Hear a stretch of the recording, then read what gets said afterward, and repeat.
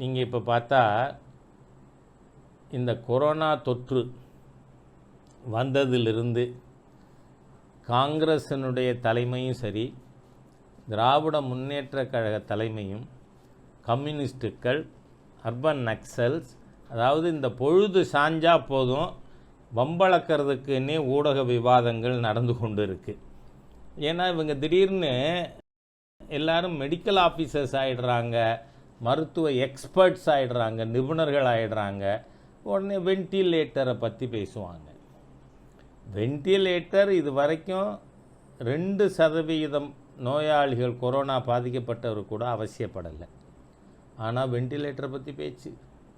அப்போ அதே மாதிரியா பர்சனல் ப்ரொடெக்ஷன் எக்யூப்மெண்ட்ஸ் பற்றி, அதுக்கப்புறம் இந்த எத்தனை லட்சம் பேருக்கு டெஸ்ட்டு பண்ணியிருக்கு, எத்தனை லட்சம் பேருக்கு டெஸ்ட்டு பண்ணலை, அதுக்கான டெஸ்ட்டு கிட்ஸு பற்றின பேச்சு.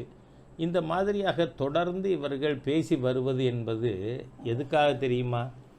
நீங்கள் பார்த்தீங்கன்னா அமெரிக்காவில் பல கவர்னர்கள் ஜனாதிபதி ட்ரம்ப்புக்கு எதிரான கருத்து தெரிவிக்கிறாங்க ஊரடங்கில். ரஷ்யாவில் புட்டின் அவர்களுக்கு எதிராக மக்கள் போர்டு வச்சுட்டு வெளியில் நிற்கிறாங்க. ஆனால் இந்த பாரத தேசத்தில் மோடி அவர்களின் தலைமையின் மீது நம்பிக்கை வைத்து பாரத தேசம் முழுவதும் மக்கள் பிரதமரின் வழிகாட்டுதலை ஏற்று அமைதியாக வீட்டுக்குள் இருந்து இந்த தொற்றை விரட்டிவிட வேண்டும் அப்படிங்கிறதுல மக்கள் உறுதியாக இருக்காங்க.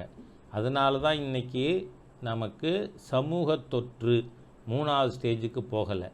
ஊரடங்கு மாத்திரம் அறிவிக்காமல் இருந்திருந்தால் இன்றைக்கி நம்ம ஜனத்தொகையில் 4/1 இருக்கக்கூடிய அமெரிக்காவில் 10 லட்சம் பேர்கிட்ட பாதிக்கப்பட்டு இருக்கிறார்கள், 50,000 பேர் இறந்துருக்காங்க. அப்போது அதை போல் 4 மடங்கு இருக்கிற இந்த தேசத்தில் எங்கே போய் முடிஞ்சிருக்கும்? 1 லட்சத்தை தாண்டி இருக்கும் உயிர் இழப்பே. ஆனால் அது வராமல் தடுத்து இருக்கிறது காரணம் மாண்புமிகு பாரத பிரதமர் மோடி அவர்கள் எந்த காலத்தில் எந்த மாதிரி நடவடிக்கை எடுக்கணுமோ அப்படி எடுத்துக்கொண்டு இருக்கார். அதோடு மட்டுமில்லை, இன்றைக்கு உலக நாடுகள் முழுவதும் ஒரு பெரிய இரட்சகராக நம்முடைய பாரத பிரதமரை பார்க்குது. பிரேசில் பிரைம் மினிஸ்டர் என்ன சொல்கிறாரு? எப்படி லக்ஷ்மணனுடைய உயிரை காப்பாற்றுவதற்கு சஞ்சீவி மலையை ஆஞ்சநேயர் கொண்டு வந்தாரோ அதுபோல் எங்களுக்கு நீங்கள் மருந்து கொடுத்து உதவுங்கள் அப்படின்னு சொல்லி பேசியிருக்காங்க. ஆக உலக நாடுகளெல்லாம் இவரை பற்றி புகழ்ந்து பேசும்பொழுது இங்கே மக்களை எப்படியாவது தூண்டி விடணும். அதனால தான் இன்றைக்கி சோனியா காந்தி மே 3க்கு மேல் ஊரடங்கு தொடருமானால் பெரிய பிரச்சனைகள் உருவாகும்னு. உருவாகுமா? உருவாக்குவீங்களா? எவ்வளோ பெரிய பொறுப்பற்ற எதிர்க்கட்சி தலைவர் என்பதை நாம் புரிஞ்சுக்கணும். அதாவது காங்கிரஸ், கம்யூனிஸ்ட், திமுக போன்ற தீய சக்திகள் எவ்வளவு தூரம் தீய எண்ணத்தோடு பேசி கொண்டிருக்காங்கிறத நாம் புரிஞ்சுக்கணும். ஆனால் இன்றைக்கு பஞ்சாயத்து தலைவர்களிடையே பேசும்பொழுதும் மாண்புமிகு பிரதமர் மோடி அவர்கள் ஒரு கருத்தை சொல்லியிருக்கார்.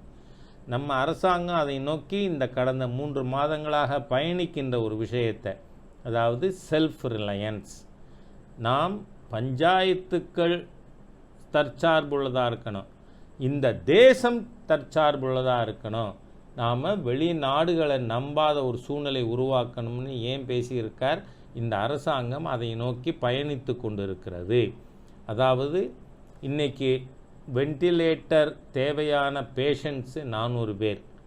ஆனால் 18,000 வென்டிலேட்டர்ஸ் எந்த ஒரு திடீரென்று தேவை ஏற்படுமானால் இருக்கட்டும்னு ரிசர்வில் வச்சுருக்கோம். 1,60,000 குவாரண்டைன் பெட்ஸு, தனிமைப்படுத்துகின்ற படுக்கை அறைகள் இப்பொழுது தயார் நிலையில் வைக்கப்பட்டு இருக்கிறது.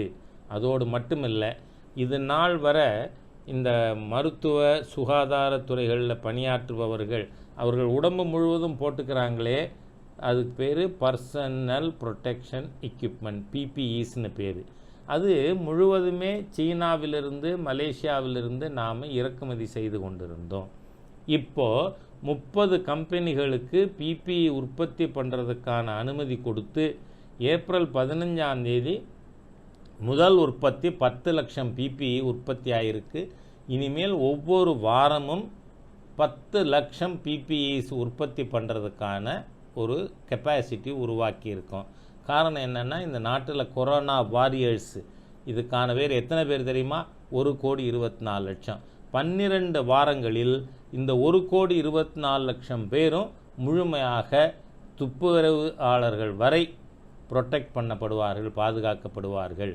அதே மாதிரியாக இப்போ சீனாலேருந்து சப்ஸ்டாண்டர்டு இது வந்ததாக பல செய்திகள் பரவி கொண்டிருக்கு, ரேப்பிட் டெஸ்ட் கிட்ஸ். இது பற்றியெல்லாம் இனிமேல் அந்த மாதிரி ஒரு சூழ்நிலை இந்த நாட்டிற்கு வரக்கூடாதுங்கிறதுனால மும்பையில் 3 கம்பெனிகள் இதற்காக அனுமதி அளிக்கப்பட்டு மே மாதத்திலிருந்து மாதத்திற்கு 10 லட்சம் ரேப்பிட் டெஸ்ட் கிட்ஸும் 10 லட்சம் பிசிஆர் கிட்ஸும் உற்பத்தி பண்ணுறதுக்கான ஒரு சூழ்நிலையை உருவாக்கியிருக்கோம். இனிமேல் வென்டிலேட்டர் இறக்குமதி செய்ய வேண்டாம், பிபிஇ இறக்குமதி செய்ய வேண்டாம், ரேப்பிட் டெஸ்ட் கிட்ஸ் இறக்குமதி செய்ய வேண்டாம். இதுதான் இந்தியா வெளிநாடுகளை நம்புகின்ற சூழ்நிலை இருக்கக்கூடாது என்று மாண்புமிகு பிரதமர் சொன்னதுக்கு அர்த்தம் என்ன? அந்த பாதையிலே எனது அரசாங்கம் அடியெடுத்து முன்னேறி கொண்டிருக்கிறது என்பதை நமக்கு சொல்லுவதற்காக. ஆகவே இந்த கொரோனா என்கின்ற மிகப்பெரிய தொற்று வியாதி, பேண்டமிக், இதை நாம் எதிர்கொள்ளணும்னு சொன்னால் நாம் உறுதியோடு மாண்புமிகு பிரதமர் அவர்கள் பின்னால் நிற்போம். மத்திய அரசாங்கம் ஏழை எளிய மக்களுக்காக பிரதம மந்திரி கரீப் கல்யாண் திட்டத்தின் மூலம் 1,70,000 கோடி ரூபாய் ஒதுக்கினது மட்டுமில்லை, 80 கோடி மக்களுக்கு ரேஷனில் ஏற்கனவே அவர்கள் பெற்ற பொருட்களை இரட்டிப்பாக்கி 100% மத்திய அரசு தான் செய்து கொண்டிருக்கிறது. ஏன்னா சென்ட்ரல் கவர்மெண்ட் என்ன கொடுத்ததுன்னா வாங்குகிற ரேஷன் கூட மத்திய அரசாங்கம் கொடுக்கறது முழு இலவசமாக. மாநில அரசாங்கங்கள்கிட்ட நாம் இதுக்கு சார்ஜ் பண்ணலை. அதே மாதிரியாக விவசாயிகள் கணக்கில் 2,000 ரூபா போட்டிருக்கு.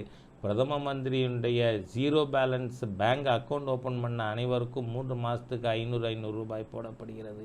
3 கோடி வயதானவர்கள், விதவைகள், மாற்றுத்திறனாளிகள் இவங்களோட அக்கௌண்ட்டில் மாதம் 1000 ரூபா போடுறது முதல் மாதம் போட்டிருக்கு.